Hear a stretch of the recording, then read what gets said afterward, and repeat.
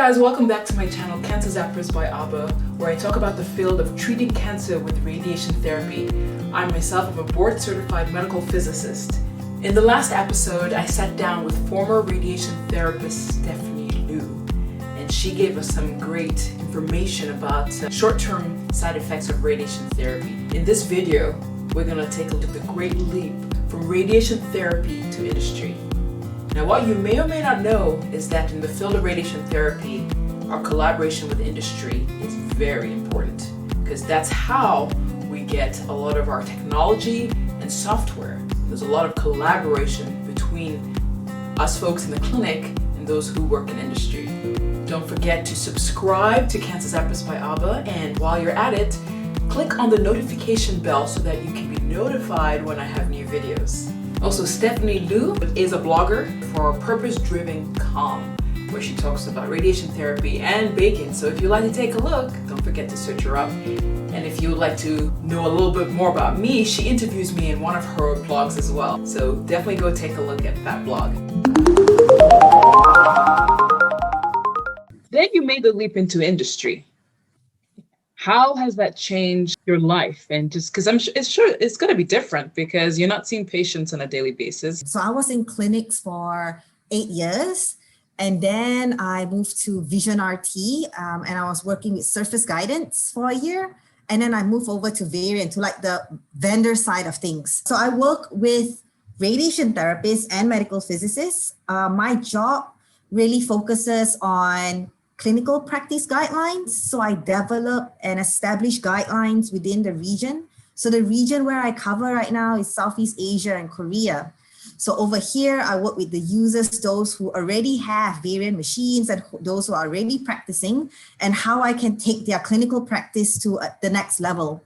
So it might be different for you guys over there because over here, the practice is still largely 3D conformal, not so advanced just yet. So we're kind of try to drive them more towards the IMRT and VMAT. But of course, places like Korea, Singapore and Thailand, they have a larger proportion of complex cases like VMAT and SBRT, the first world countries. When I moved, I knew that traveling will be involved. And I knew that it's going to be quite a lot of traveling, but I didn't know it was that much. So it got to a point that I was traveling almost 90% of the time, and I was only home for just a few days in a month. And travel was intense. So you were traveling to these different hospitals, training the users. It was great because number one, you get to meet users from different countries, and then sometimes they become your friends. And you also get to kind of like interchange knowledge of like your previous practices and just kind of like hear them out. What are they doing in your clinic? Why are they moving towards surface guidance in their clinic at that time? You know, when we're in the hospital, we kind of take for granted that, oh, everybody, at least they know what the basics of radiation therapy really is, right? Like, even if they're not a physicist, even they're not a therapist, if they're an oncology nurse, they kind of have a gist of what we're doing and at least some basics of cancer and treatment. But when you experience different departments, like their logistics, their government affairs, medical affairs. Not all of these individuals have a medical background. So of course you have your clinical application specialists or engineers who might have some science background or physics or therapy background. When they want to do like an onboarding, introduction to radiation therapy, and then you realize that there is so much that you need to introduce to them. So when I saw your video, I'm like, this is exactly what these people in the industry need.